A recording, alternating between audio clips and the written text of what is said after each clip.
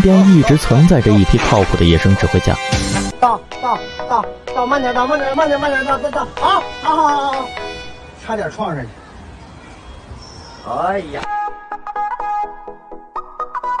当遇到特殊路况时，也需要特殊对待。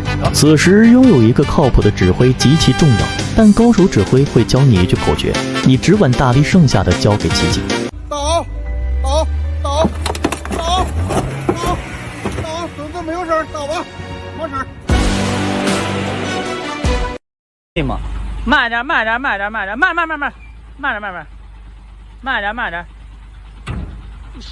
加一点油门试试。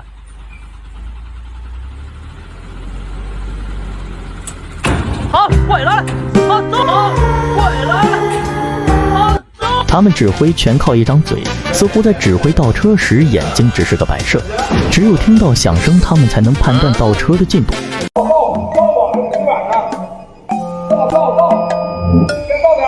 倒上了，倒完了，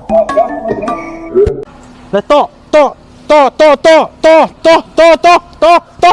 ，OK。